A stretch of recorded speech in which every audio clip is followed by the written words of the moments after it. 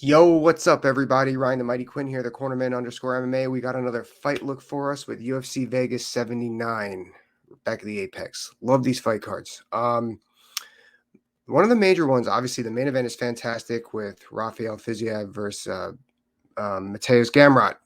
Great fight. Really looking forward to that one. But I wanted to break down the co-main. I think that that's a great fight. It's not getting underlooked by any means. It's not getting overlooked, rather. But there's some stuff to decipher there. First of all, as you'll see on my go to Fight Bananas, Betting Bananas, you'll talk about how I'm going to pick there. I'm very surprised that Danny Ige is the underdog. Extremely surprised, especially over Bryce Mitchell. He's had a little bit of a layoff, and he had some issues dealing with his last loss. Said he was sick. I don't think personally that had anything to do with it.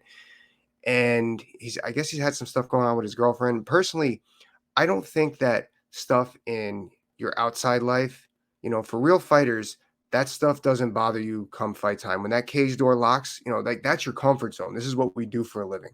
So I don't think that any of the outside noise really is going to affect him, unless of course his training sessions for whatever, but it sounds like, even though the problems in between here, that stays out once you set foot in the cage.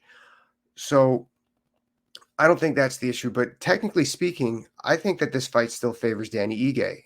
He's got the heavy hands, so does Bryce. I think that Danny's a little bit more explosive, but I think he's going to dominate the wrestling, plain and simple. Now, I think that Bryce, the reason why people think he has such good wrestling is because of the win over Edson Barbosa. I think it was early in 2022. Now, Edson's a fantastic fighter. He's one of the best fighters on the roster. Even still, he's getting a little bit older. Now, personally, I think he was more dangerous and his takedown defense was better at 155 than it is at 145. Why do I think that? Now, the way he is, especially these Thai boxers, they have extremely strong hips, extremely strong core. They're tough to take down when you get in that single. They're tough to fight with them. They're tough to twist their legs. They got good sprawls, good built-in shot stuffing from a mixed martial arts stance.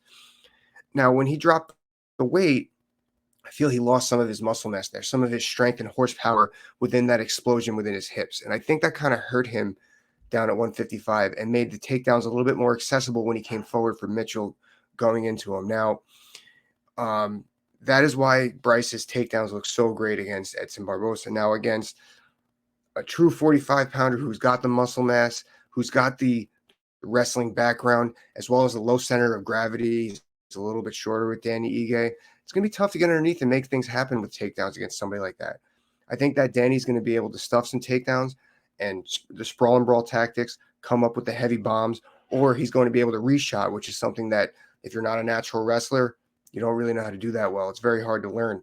I didn't get very good at it until I was wrestling in college, reshots. It's one of the most effective ways to take somebody down, especially if they're not used to strict wrestling. Functional wrestling and mixed martial arts it opens up a lot of reshot stuff, which Danny Ige is going to be able to use here.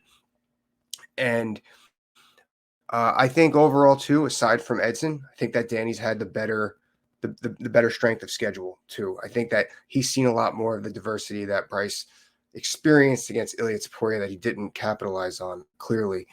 And overall, it's going to be a great fight, though. Bryce isn't quitting for anybody. He's going to keep swinging, keep trying to take him down. And I don't want that to be overlooked either. I think this is a great fight. In fact, I think I'm going to watch it on the YouTube channel. Please join me. I'm really looking forward to it right here. We're going to watch it live on the Cornerman. And that's all I got, guys. Please don't forget to like, subscribe, and share. Thank you.